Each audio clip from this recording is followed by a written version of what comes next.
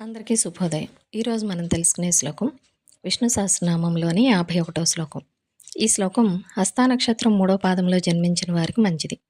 శ్లోకం ధర్మగుప్ ధర్మకృత్ ధర్మి సదసత్క్షరమక్షరం అవిజ్ఞాత సహస్రాంశుర్విధాత కృతలక్షణ.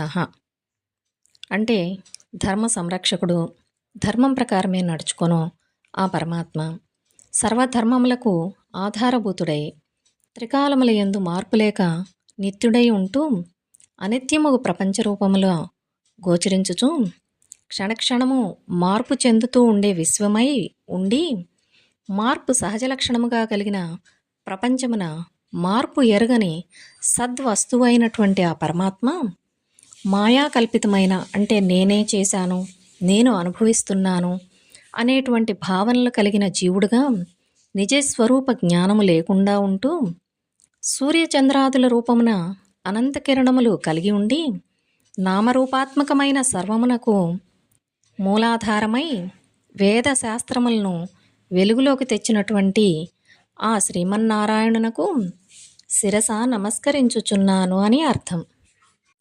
ధర్మగుప్ ధర్మకృద్ధర్మి సదసక్షరమక్షరం అవిజ్ఞాత సహస్రాంశు విధాత కృతలక్షణ.